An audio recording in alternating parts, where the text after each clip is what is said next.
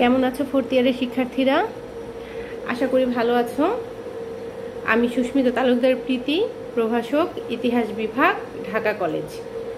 আমি তোমাদেরকে আমার অনলাইন ক্লাসে স্বাগত জানাচ্ছি। এটা তোমাদের সাথে আমার থার্ড ক্লাস, তৃতীয় ক্লাস।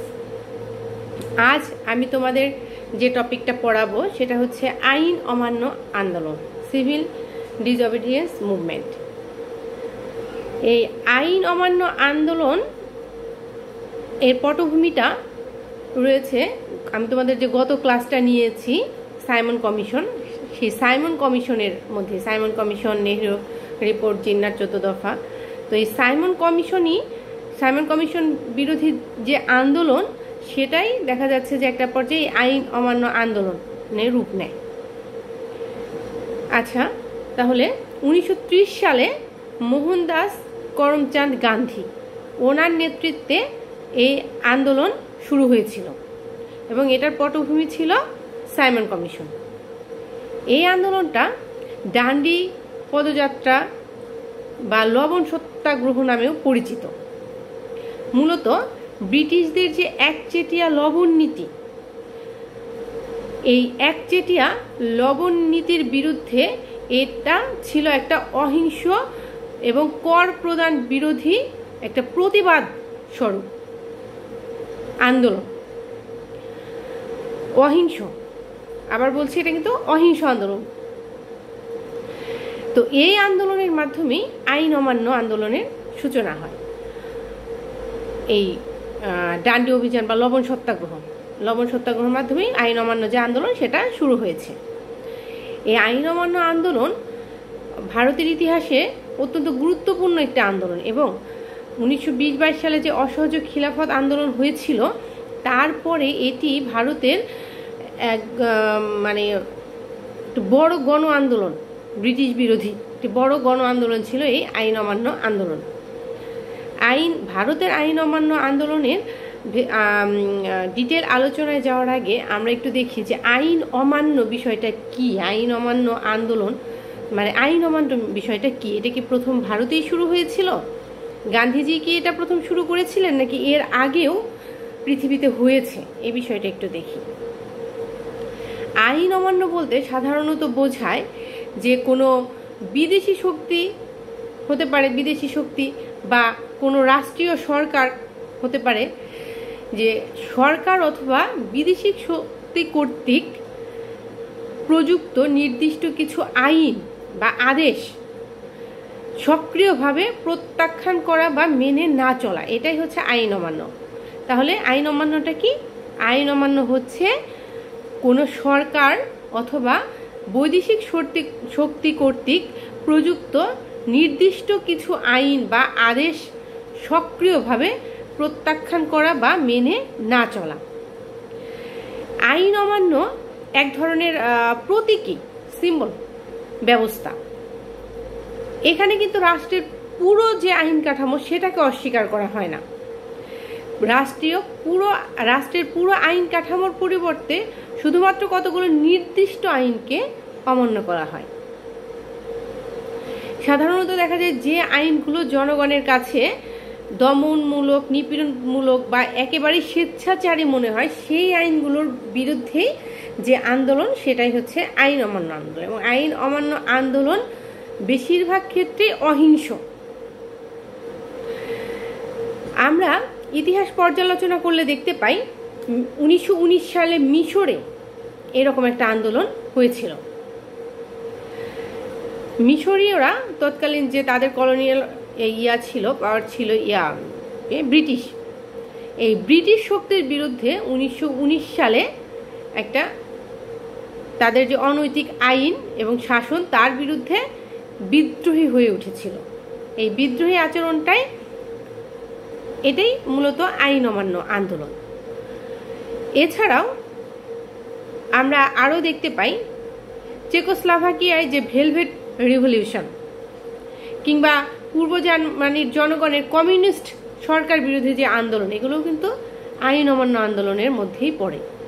আরও আছে দক্ষিণ আফ্রিকার বর্ণবাদ বিরোধী যে আন্দোলন, এটার কথা তোমরা সবাই জানো, দক্ষিণ আফ্রিকার ইতিহাসে এটা আছে। এরপর আমেরিকার মানবাধিকার আন্দোলন, এবং রিসেন্টলি 2003 সালে জর্জিয়াতে যে গোলাপ বিপ্লব হয়েছে, এবং তারপরে 2004 সালে ইউক্রেনে অরেঞ্জ রিভলিউশন। এগুলো সব আন্দোলনেই আইন অমান্য ব্যবস্থার প্রয়োগ করা হয়েছিল। এগুলো ছাড়াও দেখা যায় যে পৃথিবীর আরও বিভিন্ন সময় বিভিন্ন জায়গায় এইরকম আইন অমান্য আন্দোলন হয়েছে। মানে ভারতে যে এটা প্রথম তা না, গান্ধীজি যে এটা প্রথম শুরু করেছেন তা না, এর আগেও এটা বিশ্বের বিভিন্ন জায়গায় হয়েছে। এবার আসি ভারতের আইন অমান্য আন্দোলন প্রসঙ্গে, একটু ব্যাকগ্রাউন্ডটা আলোচনা করি। আমি বলেছি গত ক্লাসে যে মন্টেগু চেমসফোর্ড আইনটা যখন হয় তখনই বলা হয়েছিল যে এই আইনের কার্যকারিতা বিচার করার জন্য আপনার 10 ইয়ার্স একটা কমিটি ফর্ম করা হবে। সেই কমিটিটা দেখবে যে এই আইনের মানে শাসনটা কেমন চলছে বা এর কার্যকারিতাটা বিচার করবে। এরই উদ্দেশ্যে, এরই প্রেক্ষিতে সাইমন কমিশন গঠন করা হয়েছিল। তো এই সাইমন কমিশনের সকল সদস্য ছিল ব্রিটিশ শ্বেতাঙ্গ। এজন্য ভারতীয়রা সাইমন কমিশনকে প্রত্যাখ্যান করে, এবং সাইমন কমিশন ভারতে আসার সাথে সাথে তারা আন্দোলন শুরু করে। সাইমন কমিশন বিরোধী আন্দোলন, গো ব্যাক সাইমন বলে যে তারা সব জায়গায় চিৎকার করে আন্দোলন করেছে, সাইমন কমিশন বিরোধী আন্দোলন। তো এই আন্দোলনের প্রেক্ষিতে একটা পর্যায়ে ব্রিটিশরা ভারতীয়দেরকে একটা চ্যালেঞ্জ ছুড়ে দিয়েছিল যে তোমরা যেহেতু আমাদের সংবিধান, আমাদের সুপারিশ নিবে না, ওকে ফাইন, তোমরা পারলে নিজেদের একটা সংবিধান করে দেখাও। এর প্রেক্ষিতে 1928 সালের মে মাসে মুম্বাইতে একটা সর্বদলীয় কংগ্রেস আহ্বান করা হয়। এর সর্বদলীয় সম্মেলন আহ্বান করা হয়। এর নেতৃত্বে ছিলেন ডক্টর M.A. আনসারি। এতে প্রায় 28টা রাজনৈতিক দল যোগদান করেছিল। এই সম্মেলনে মতিলাল নেহেরুকে হেড করে, মানে সভাপতি করে একটা কমিটি গঠন করা হয়, যেটা নেহেরু কমিটি নামে পরিচিত। তো এই কমিটির নেতৃত্বে ভারতের ভবিষ্যৎ সংবিধান কেমন হবে তার একটা খসড়া প্রস্তাব করা হয়, যেটাকে আমরা নেহেরু রিপোর্ট নামে জানি। এই নেহেরু রিপোর্ট তৈরি হওয়ার পর আমরা জানি যে মুসলিম লীগ এটা মেনে নিয়েছিল না, জিন্না আরও 14 দফা এর সাথে অ্যাড করার জন্য দিয়েছিল। মুসলিম লীগ ব্যতীত অন্যান্য রাজনৈতিক দল নেহেরু রিপোর্টটা গ্রহণ করেছিল। এই কারণে ভারতীয় জাতীয় কংগ্রেস ব্রিটিশ সরকারকে রিকোয়েস্ট করে যেন এই নেহেরু রিপোর্টটাই তারা পুরোপুরিভাবে গ্রহণ করে।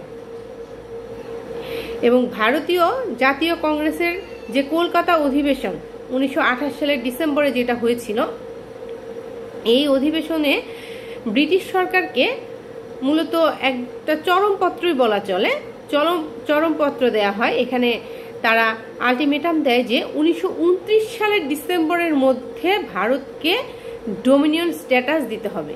মানে 1 বছর সময় দেয় আর কি তারা, যে 1929 সালের ডিসেম্বরের মধ্যে ভারতকে যদি ডোমিনিয়ন স্ট্যাটাস না দাও তাহলে সারা দেশব্যাপী আন্দোলন শুরু হবে। এবং গান্ধীজি এখানে বলেছিলেন, ওইখান থেকেই প্রস্তাব দিয়েছিলেন যে আইন অমান্য আন্দোলন শুরু হবে। এটা গেল 1928 সালের ডিসেম্বর। 1929 সালের মে মাসের দিকে তৎকালীন ব্রিটিশ সরকার ঘোষণা দেয় যে ভারতকে শীঘ্রই ডোমিনিয়ন স্ট্যাটাস দেয়া হবে। মূলত এটা ছিল কালক্ষেপণ বা টালবাহানা যেটাকে বলে। এরও কিছুকাল পর তৎকালীন ভারতের যিনি গভর্নর জেনারেল ছিলেন লর্ড অরউইন, উনি ঘোষণা করেন যে ভারতের যে সাংবিধানিক একটা সংস্কার গ্রহণ করা হবে, তো সেই সাংবিধানিক সংস্কারের চূড়ান্ত লক্ষ্যই হচ্ছে ভারতকে ডোমিনিয়ন স্ট্যাটাস দেয়া। তো সময় যত যাচ্ছে ভারতবাসীরা তত বেশি অধৈর্য হচ্ছিল। বাই দ্য মিন টাইম কংগ্রেসের নেতৃত্বে কিছুটা পরিবর্তন আসে। ইয়াং জেনারেশন যারা, ওনারা কংগ্রেসের নেতৃত্বে চলে আসেন, যেমন সুভাষ বোস, জওহরলাল নেহেরু। ওনারা এই মানে কংগ্রেসের আগের নেতারা যেটা করেছে, চিঠি দিয়েছে, আবেদন করেছে, নিবেদন করেছে, অপেক্ষা করেছে, তারা এই মানে এটা মেনে নিতে পারছে না। তারা বুঝতে পারছে যে ব্রিটিশদের কাছে এরকম আবেদন নিবেদন করে খুব একটা ফল হচ্ছে না। তখন তারা এই সুভাষ বোস, নেহেরু মানে জওহরলাল নেহেরু এরকম ইয়াং নেতৃবৃন্দ দাবি করেন যে এখন তাদের মূল লক্ষ্য হচ্ছে ডোমিনিয়ন স্ট্যাটাস না, বরং ভারতের পূর্ণ স্বাধীনতা অর্জন করা। যে স্বরাজ দল গঠিত হয়েছিল বা পূর্ণ স্বরাজ অর্জন করা। এবং 1929 সালের ডিসেম্বরে লাহোরে ভারতীয় জাতীয় কংগ্রেসের একটা অধিবেশন হয়। এই অধিবেশনে সভাপতিত্ব করেছিলেন জওহরলাল নেহেরু এবং এই অধিবেশনে একটা প্রস্তাব গৃহীত হয় যে ভারত এখন স্বাধীনতা চায়, ডোমিনিয়ন স্ট্যাটাস চায় না। এবং এরই প্রেক্ষিতে 26 জানুয়ারি সারা ভারতে পূর্ণ স্বরাজ দিবস বা পূর্ণ স্বাধীনতা দিবস পালিত হয়। এই মূলত একটা আন্দোলন ঘনীভূত হয়ে আসছিল কংগ্রেসের পক্ষ থেকে। এই সময় আরও কিছু ঘটনা ঘটে যেটা ভারতের সাধারণ জনগণকেও বেশ ক্ষিপ্ত করে তুলেছিল। আমরা 1929 সালের গ্রেট ডিপ্রেশন বা মহামন্দার কথা সবাই জানি, যেটা আমেরিকাতে শুরু হয়ে সারা বিশ্বে ছড়িয়ে পড়েছিল এবং সারা বিশ্বের অর্থনীতিকে এটা প্রচুরভাবে এফেক্ট করেছিল। ব্যতিক্রম ছিল রাশিয়া। যাই হোক, কারণ এই রাশিয়ারটাও আরেকটু পরে বলবো, রাশিয়ার কেন মানে রাশিয়ার একটা প্রভাবও ছিল। আচ্ছা, তো এই যে বিশ্বব্যাপী যে অর্থনৈতিক মন্দা, এটা ভারতীয় অর্থনীতিকেও একটা মানে অচল অবস্থায় ফেলে দিয়েছিল। ভারতের যে কৃষক, মজুর, ব্যবসায়ী এরা প্রত্যেকেই চরম দুর্দশার মধ্যে পড়ে। তো খুবই স্বাভাবিক, মানুষ যখন দুর্দশায় পড়ে তখন দেয়ালে পিঠ থেকে যায় আর কি, তখন কিন্তু আর সে পেছনে যেতে পারে না, সামনে চলে আসে। তখন তার মানে আন্দোলনে ঝাঁপিয়ে পড়ে, মানে জনগণের ভিতরেও একটা অসন্তোষ বিরাজ করছিল। এরপর শ্রমিকদের ভিতরেও তখন ট্রেড ইউনিয়ন বেশ জনপ্রিয়তা লাভ করে, ট্রেড ইউনিয়ন গড়ে উঠছিল। কারণ কি, ওই যে একটু আগে যে রাশিয়ার কথা বললাম, 1917 সালে বলশেভিক রেভলিউশনের মাধ্যমে লেনিনের নেতৃত্বে রাশিয়াতে সমাজতান্ত্রিক শাসন প্রতিষ্ঠিত হয়। তো এই সমাজতন্ত্র প্রতিষ্ঠার পরপরই কিন্তু রাশিয়া প্রথমে নিজেকে গুছিয়ে নিয়েছে, অভ্যন্তরীণভাবে নিজেকে গুছিয়ে নিয়েছে। যখন নিজের গোছানোটা শেষ, তখন তারা চিন্তা করেছে যে এই সমাজতন্ত্রকে সারা বিশ্বে স্প্রেড করে দিতে হবে। তো এরই অংশ হিসেবে ভারতেও কিন্তু সমাজতন্ত্রের একটা প্রভাব লক্ষ্য করা যায়। এবং শ্রমিকদের, রাশিয়ার সমাজতন্ত্রটা ছিল বেশিরভাগ শ্রমিক শ্রেণীকে নিয়ে। তো ভারতেও দেখা যায় যে এই সমাজতন্ত্রের প্রভাব পড়ে এবং বিভিন্ন ট্রেড ইউনিয়ন কংগ্রেস স্থাপিত হতে থাকে। এবং এই ট্রেড ইউনিয়নগুলোর নেতৃত্বে দেখা যাচ্ছে যে ভারতের সব জায়গাতেই সরকারের যে নীতি এবং কর্মপদ্ধতি এর বিরুদ্ধে বিক্ষোভ প্রদর্শিত হয়, তারা বিক্ষোভ প্রদর্শন করে। মানে আপনারা, আমি বলতে চাচ্ছি সব মিলিয়ে ভারতবর্ষের একটা সমগ্র ভারতবাসীর মনেই একটা অস্থিরতা লক্ষ্য করা যাচ্ছিল। আর এই অস্থিরতাটাকে দমন করার জন্য ব্রিটিশ সরকার যে ব্যবস্থাটা গ্রহণ করে সেটা ভারতীয়দেরকে আরো অস্থির করে তোলে। তারা বিভিন্ন দমনমূলক নীতি প্রয়োগ করতে থাকে। এবং এইরকম একটা পরিস্থিতিতে 1930 সালের ফেব্রুয়ারিতে 14 থেকে 16 ফেব্রুয়ারি এই ভারতীয় জাতীয় কংগ্রেস সবরমতী আশ্রমে একটা ওয়ার্কিং কমিটির মিটিং করে এবং গান্ধীজির ওই যে পুরাতন সিদ্ধান্ত ছিল যে আইন অমান্য আন্দোলন করবে, সেই গান্ধীজির সিদ্ধান্তকে তারা অনুমোদন করে এবং গান্ধীজিকে রিকোয়েস্ট করে গান্ধীজির নেতৃত্বে যেন আইন অমান্য আন্দোলন শুরু হয়, গান্ধীজি যেন আইন অমান্য আন্দোলন শুরু করেন এবং এই আন্দোলনের যাবতীয় দায়িত্ব অর্পণ করা হয় মহাত্মা গান্ধীর উপরে। আর গান্ধীজি প্রথমেই যেটা ঠিক করেন সেটা হচ্ছে উনি আইন অমান্য আন্দোলন শুরু করবেন লবণ সত্যাগ্রহের মাধ্যমে বা লবণ আইন অমান্য করে। এখন কথা হচ্ছে লবণ আইনটা কি, লবণ আইন অমান্যটা কি, সেটা আমি তোমাদেরকে বলি। ভারতের সমুদ্র তীরবর্তী উপকূলে ভারতীয়রা সমুদ্রের পানি থেকে জল থেকে লবণ উৎপাদন করতো, কিন্তু ব্রিটিশ গভর্নমেন্ট আসার পরে ভারতীয়দের এই লবণ উৎপাদনের উপরে নিষেধাজ্ঞা জারি করে। শুধু তাই না, এবং লবণের উপরে তারা করও আরোপ করে। 1930 সালের দিকে তারা যে কাজটা করে সেটা হচ্ছে এই লবণের উপর যে কর সেটা দ্বিগুণ পরিমাণ বাড়িয়ে দেয়। সুতরাং এই সময় এটা ভারতবাসীদের মধ্যে একটা খুব বড় ক্ষোভের কারণ ছিল যে নিজেরা লবণ নিজেরা উৎপাদন করছে, সেটার উপরেও কর, এবং তারা নিষেধাজ্ঞা করতে পারছে না। জল তাদের, মাটি তাদের, কিন্তু তারা উৎপাদন করতে পারছে না। এজন্যই মূলত গান্ধীজি সিদ্ধান্ত নিয়েছিলেন যে এই লবণ আইন ভঙ্গ করে উনি আইন অমান্য আন্দোলন শুরু করবেন। 1930 সালের 2 মার্চ গান্ধীজি এই আন্দোলন শুরু করার পূর্বে ভারতীয় যে গভর্নর ওনাকে একটা চিঠি দেন, লর্ড অরউইনকে। এই চিঠিতে উনি প্রথমে রিকোয়েস্ট করেন গভর্নরকে যেন ভারত থেকে এই লবণ আইন প্রত্যাহার করা হয়, এবং এই আলটিমেটামও দেন একটা, যে এই লবণ আইন যদি প্রত্যাহার করা না হয় তাহলে উনি লবণ আইন অমান্য আন্দোলন শুরু করবেন। ও আচ্ছা, আরেকটা ঘটনা ঘটে, সেটা হচ্ছে এর কিছুদিন আগেই 1930 সালের জানুয়ারির দিকে তখনকার যে একটা ভারতের জনপ্রিয় পত্রিকা ইয়ং ইন্ডিয়া, এই ইন্ডিয়াতে গান্ধীজি ভারত সরকারের কাছে 11 দফা দাবি সম্বলিত কিছু দাবি দেওয়া তুলে ধরেন। এসব দাবি দেওয়ার মধ্যে উল্লেখ ছিল লবণ কর বিলোপ করা, মাদক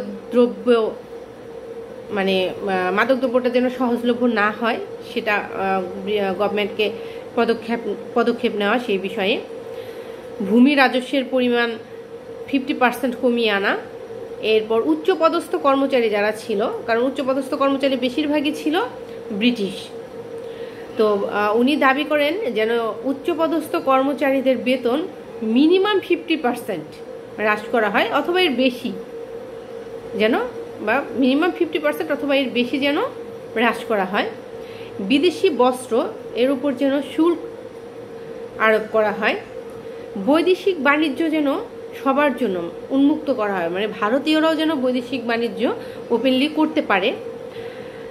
পাউন্ডের সাথে যে টাকার বিনিময় হার সেটা যেন কমিয়ে আনা হয়। আর তখন ব্রিটিশদের গোয়েন্দা বিভাগ নামে একটা বিভাগ চালু করে, যার মাধ্যমে মানে ভারতীয়দের জীবন তারা অতিষ্ঠ করে তোলে। যে কোনো জায়গায় যে কোনো বিষয়ে আলোচনা করলে, সরকার বিরুদ্ধে আলোচনা করলেই তারা সেটা গ্রেপ্তার করে নিত। এই জন্য গান্ধীজি ব্রিটিশদের কাছে আবেদন করেন যেন তাদের গোয়েন্দা বিভাগ তারা তুলে নেয়। এবং লাস্টে আরেকটা কথা বলেন যে ভারতীয়রা যেন তাদের সেলফ ডিফেন্সের জন্য অস্ত্র রাখতে পারে, অস্ত্র রাখার অনুমতি যেন ভারতীয়দের দেয়া হয়। তো খুবই স্বাভাবিক, গান্ধীজি এইসব আবেদন নিবেদন করে কোনো লাভ করতে পারেননি। লর্ড অরউইন তেমন কোনো গুরুত্ব দেননি, এবং গান্ধীজি এই আইন অমান্য আন্দোলন শুরু করার আগে লর্ড অরউইনের সাথে একটু দেখা করারও চেষ্টা করেন, কিন্তু প্রস্তাব দেন আর কি, কিন্তু লর্ড অরউইন সেই প্রস্তাব নাকচ করে দেন। তখন গান্ধীজি খুব অপমানিত হন এবং ক্ষুব্ধ হন। তখন বড়লাটকে একটা চিঠি লিখেন। এই চিঠিতে উনি বলেন যে নতজানু হয়ে তিনি একমাত্র এক টুকরো রুটি চেয়েছিলেন, কিন্তু বিনিময়ে তিনি এক টুকরো পাথর পেলেন। এর মাধ্যমে ওনার ক্ষোভ এবং দুঃখ দুটোই প্রকাশিত হয়। যাই হোক, তো ব্রিটিশদের কাছ থেকে যখন বোঝা গেল যে তারা এরকম কোনো দাবি দেওয়া মেনে নিবে না, তখন গান্ধীজি লবণ সত্যাগ্রহের সিদ্ধান্ত নেন, এবং 1930 সালের 12 মার্চ 78 জন সত্যাগ্রহীকে নিয়ে তিনি সবরমতী আশ্রম থেকে ডান্ডি অভিমুখে, আরব সাগরের তীরে যে ডান্ডি, সেই ডান্ডি অভিমুখে যাত্রা শুরু করেন।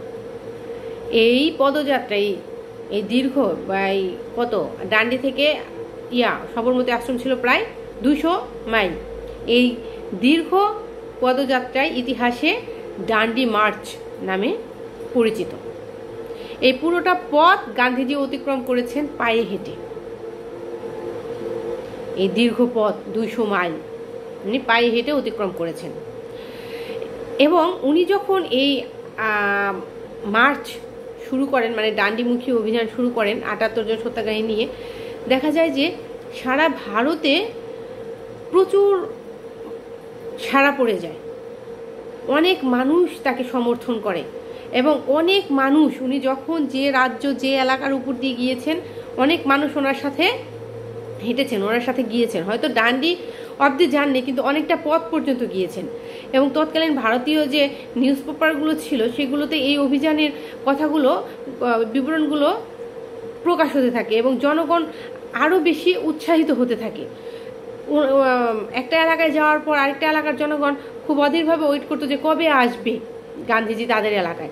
মানে আমি বোঝাতে চাচ্ছি যে এই ডান্ডি অভিযানটা গান্ধীজির প্রচুর সাড়া ফেলে এবং জনগণের ভিতর একটা আন্দোলনমুখী কি বলবো মানে পজিটিভ দিকে আর কি আন্দোলনমুখী একটা প্রেরণা তৈরি হয়। তো উনি 5 এপ্রিল ডান্ডিতে পৌঁছান। ওইখানে পৌঁছানোর পর ওই একটা দিন উনি উপবাস করেন এবং পরের দিন 6 এপ্রিল সকালে সমুদ্র স্নান করে তিনি সেই আরব সাগরের জল থেকে লবণ প্রস্তুত করার মাধ্যমে লবণ আইন ভঙ্গ করেন এবং এর মাধ্যমেই সারা দেশ জুড়ে আইন অমান্য আন্দোলন শুরু হয়। সরকার এই আন্দোলন শুরু করার পরই সরকার এর উপর নিষেধাজ্ঞা জারি করেন, যে আন্দোলনকারীদের গ্রেপ্তার শুরু করেন। কিন্তু এই সরকারি নিষেধাজ্ঞা অমান্য করেই গুজরাট থেকে শুরু হলো সারা ভারতে, বিশেষ করে মুম্বাই, মাদ্রাজ, বিহার, বাংলা, উড়িষ্যা, আসাম, উত্তরপ্রদেশ, মধ্যপ্রদেশ, কর্ণাটক, অন্ধ্রপ্রদেশ, মালাবার এইসব অঞ্চলে প্রচুর সাড়া পায় এই আন্দোলনটা প্রচুরভাবে ছড়িয়ে পড়ে। এখন কথা হচ্ছে সমুদ্র তীরবর্তী যে অঞ্চলগুলো ছিল সেখানে না হয় লবণ তৈরি করে লবণ আইন ভঙ্গ করা হচ্ছে, কিন্তু যেসব এলাকায় সমুদ্র নেই তারা কি আইন ভঙ্গ করবে? এটা হচ্ছে আইন অমান্য আন্দোলন, তাই না? এখানে তারা যেটা করে সেটা হচ্ছে বয়কট আন্দোলন শুরু করে। ওই যে এটাকে আমি বললাম অসহযোগ আন্দোলনে যেটা দেখেছি বিদেশি পণ্য বয়কট, এখানেও তারা সেটা শুরু করে যে বিদেশি দ্রব্য বর্জন, বিদেশি পণ্য বর্জন আন্দোলন শুরু করে।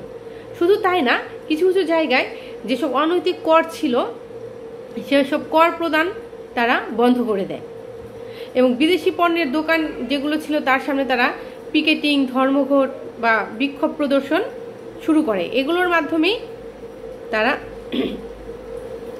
আইন অমান্য করত। তো এই আইন অমান্য আন্দোলনের একটা চরম উল্লেখযোগ্য দিক হচ্ছে এই আন্দোলনে প্রচুরভাবে নারীরা অংশগ্রহণ করেছিল। হাজার হাজার নারী রাস্তায় নেমে এসেছিল এই আন্দোলনে। শুধুমাত্র দিল্লিতেই 1600 মহিলা এই আইন অমান্য আন্দোলনে যোগ দেন এবং কারাবরণ করেন। 1600 জন যদি কারাবরণ করেন তাহলে যোগ দিয়েছিলেন কতজন? এটা ছিল এই আন্দোলনের একটা অন্যতম উল্লেখযোগ্য দিন। এই নারী নেতৃবৃন্দের ভিতর প্রথমেই যার নাম মনে আসে তিনি হচ্ছেন সরোজিনী নাইডু। এছাড়া বাসন্তী দেবী, উনিও খুব অগ্রগামী ছিলেন, শ্রী দাসের ওয়াইফ। উর্মিলা দেবী, সরলা দেবী, নীলা নাগ, স্বরূপ রানী নেহেরু, কমলা নেহেরু, এরকম অনেক নারী নেতৃবৃন্দ এগিয়ে আসেন এবং এই আন্দোলনের নেতৃত্ব দিতে শুরু করেন। তো এই আন্দোলন যখন চরম আকার ধারণ করে ব্রিটিশরাও চরমভাবে ধরপাকড় শুরু করে এবং গান্ধীজিকেও তারা আটক করে। আমি সাইমন কমিশনের রিপোর্টে তোমাদেরকে পড়িয়েছিলাম যে সাইমন কমিশন একটা সুপারিশ করেছিল যেন ভারতীয় নেতৃবৃন্দদেরকে নিয়ে ব্রিটিশ গভর্নমেন্ট খুব দ্রুত একটা আলোচনায় গোলটেবিল বৈঠকে বসে। তো ব্রিটিশ প্রধানমন্ত্রী রামচে ম্যাকডোনাল্ড উনি এই সুপারিশটা গ্রহণ করে একটা গোলটেবিল বৈঠক আহ্বান করেন 1930 সালের নভেম্বর মাসে। এই 1930 সালের 12 নভেম্বর প্রথম গোলটেবিল বৈঠক হয়েছিল, যদিও এই গোলটেবিল বৈঠকে কংগ্রেস যোগদান করেনি। যোগদান করবে কিভাবে? তারা তো তখন আন্দোলন, এবং তাদের যে প্রধান নেতা গান্ধীজি উনি তো হচ্ছেন জেলে। তো যেহেতু কংগ্রেস এটাতে অংশগ্রহণ করেনি সুতরাং এই আলোচনা ফলপ্রসূ হয়নি। কারণ অন্যান্য রাজনৈতিক দল যতই থাক, ভারতের মূল রাজনৈতিক দল কিন্তু কংগ্রেস, এটা অস্বীকারের উপায় নেই। সরি। তো ব্রিটিশ প্রধানমন্ত্রী ম্যাকডোনাল্ড উনি তখন একটা সিদ্ধান্ত নেন, তিনি গান্ধীজিকে মুক্তি দেন। যে এই শর্ত না ঠিক, উনি বলেন যেটা আমার প্রত্যাশা যে গান্ধীজিকে মুক্তি দেওয়ার পর উনি আমার যে দ্বিতীয় গোল টেবিল বৈঠক সেটাতে যোগদান করবে, এবং গান্ধী সেটাতে রাজি হয় একটা শর্তে। তো ভারত সচিব অরউইনের সাথে তিনি একটা চুক্তিতে বসেন, চুক্তি করেন, যেটা গান্ধী অরউইন চুক্তি নামে পরিচিত। 1931 সালের 5 মার্চ এই চুক্তিটি স্বাক্ষরিত হয়। এই চুক্তিতে মূলত বলা হয়েছিল যে গান্ধীজি আইন অমান্য আন্দোলন প্রত্যাহার করে নেবেন এবং দ্বিতীয় গোল টেবিল বৈঠকে উনি যোগদান করবেন। আলোচনার মাধ্যমে তাকে বলা হয় যে উনি আন্দোলনটা যেন প্রত্যাহার করে নেয়, আলোচনার মাধ্যমে আমরা সমাধান করব। এর আলোচনার জন্য দরকার একটা বৈঠক, উনি যেন দ্বিতীয় গোল টেবিল বৈঠকে যোগদান করেন। তো গান্ধীজিও কিছু শর্ত দেন। উনি প্রথমেই যেটা বলেন যে সমস্ত রাজবন্দীদের, যারা রাজনৈতিকভাবে বন্দী হয়ে আছে, তাদেরকে মুক্তি দিতে হবে, এবং ব্রিটিশদের যে দমনমূলক বিভিন্ন আইন এবং অর্ডিন্যান্স আছে সেগুলো বাতিল করতে হবে, এবং আইন অমান্য আন্দোলনে যাদের সম্পত্তি বাজেয়াপ্ত করা হয়েছে তাদেরকে ক্ষতিপূরণ দিতে হবে। লাস্টলি উনি আরেকটা কথা বলেন যে সরকারের যে লবণের উপর একচেটিয়া অধিকার এবং একচেটিয়া ব্যবসা সেটা বন্ধ করতে হবে, এবং ভারতীয়দের যদি অনুকূল পরিবেশ থাকে তাহলে যেন ভারতীয়রা নিজেদের ব্যবহারের জন্য লবণ উৎপাদন করতে পারে সেই অনুমতি প্রদান করা হয়। মূলত এই পর্যন্ত যে আলোচনা করলাম এটা ছিল আইন অমান্য আন্দোলনের প্রথম পর্যায়। এরপর আমি এখন বলবো দ্বিতীয় পর্যায়। তো গান্ধীজি যখন দ্বিতীয় গোল টেবিল বৈঠকে যোগদান করেন এবং দেশে ফিরে আসার পর উনি দেখেন যে তার যে অরউইনের সাথে চুক্তি হয়েছিল, গান্ধী অরউইন চুক্তি, তার কিছুই মান্য করা হচ্ছে না। 1931 সালের 28 ডিসেম্বর গান্ধীজি ভারতে ফিরে আসেন, এবং উনি ফিরে এসে খুবই মর্মাহত হন যে আইনের কোনো কিছুই এখানে মান্য করা হচ্ছে না, বরং এই সন্ধি লঙ্ঘন করে ব্রিটিশ সরকার সারা দেশ জুড়ে দমনমূলক নীতি অনুসরণ করে একটা স্বৈরাচারী শাসন কায়েম করেছে। উত্তরপ্রদেশে যে আন্দোলনটা শুরু হয়েছিল, খাজনা বন্ধ আন্দোলন, সেই আন্দোলনকে কেন্দ্র করে পুরুষোত্তম দাস ট্যান্ডন, জওহরলাল নেহেরু, আব্দুল গফফার খান এবং তার বড় ভাইদের সকলকে আটক করা এবং আরও অনেক কর্মীকে তারা আটক করেন। তো এইসব দেখে গান্ধীজি খুবই মর্মাহত হন এবং 1932 সালের 3 জানুয়ারি উনি আবার সত্যাগ্রহ আন্দোলনের ডাক দেন, এবং এর মাধ্যমেই আইন অমান্য আন্দোলনের দ্বিতীয় পর্যায় শুরু হয়। তো এই দ্বিতীয় পর্যায়ের আন্দোলনটা ছিল আরো ভয়াবহ। এই সময় জনগণ আরো বেশি ক্ষিপ্ত হয়েছিল। মুম্বাইয়ের ধারাসোনা এবং ওয়ালদা এই দুটো স্থানে প্রচুর মানুষ এবং আন্দোলনে যোগ দেয়, এবং আন্দোলনের ব্যাপকতা ছিল অনেক বেশি। ধারাসোনা যে তারা চেয়েছিল যে এখানকার লবণ ফ্যাক্টরিতে আক্রমণ করবে। তো এই ডিসিশনটা যখন ব্রিটিশ সরকার জানতে পারে, সাথে সাথেই তারা প্রচুর সংখ্যক কর্মী ধরপাকড় করে। শেষমেশ এর নেতৃত্ব দিয়েছিলেন সরোজিনী নাইডু। সরোজিনী নাইডুর নেতৃত্বে সেখানে এই লবণ গোলায় আক্রমণ করা হয়। আন্দোলনের তীব্রতা যত বাড়তে থাকে, ব্রিটিশদের ধরপাকড় দমন নীতিও তত বাড়তে থাকে। ব্রিটিশ হিসাবে সরকারি হিসেবে তারা পায় 76,000 সত্যাগ্রহীকে আটক করে। তাহলে সরকারি হিসাবেই যখন 76,000, বাস্তবে আরও অনেক বেশি ছিল, এটা সহজেই আমরা অনুমান করতে পারি। এই সময় কংগ্রেসও বুঝতে পারে যে তাদের সাথে ব্রিটিশদের সংঘর্ষ অনিবার্য। এজন্য কংগ্রেস দক্ষিণ ভারতে ওয়ার কাউন্সিল নামে বা যুদ্ধ পরিষদ নামে একটা কাউন্সিল গঠন করে, এবং এই কাউন্সিলের নেতৃত্বে মহারাষ্ট্র সহ সকল দক্ষিণ ভারতে আন্দোলন, আইন অমান্য আন্দোলন পরিচালিত হতে থাকে।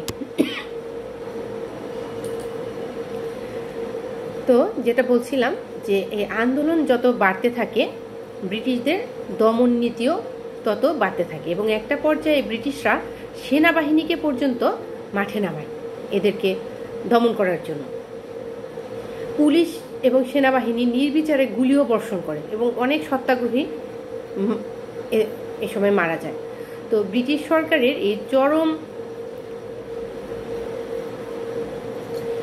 চরম দমন এবং নিপীড়নে অহিংস আন্দোলনকারীর একটা পর্যায়ে আস্থা হারিয়ে ফেলে এবং ধৈর্য হারিয়ে ফেলে এবং এরই প্রেক্ষিতে 1934 সালের 8 মে নিখিল ভারত কংগ্রেস আইন অমান্য আন্দোলন প্রত্যাহারের সিদ্ধান্ত নেয় এবং এর মাধ্যমেই হঠাৎ করেই মাঝপথে এই আন্দোলনটা শেষ হয়ে যায়।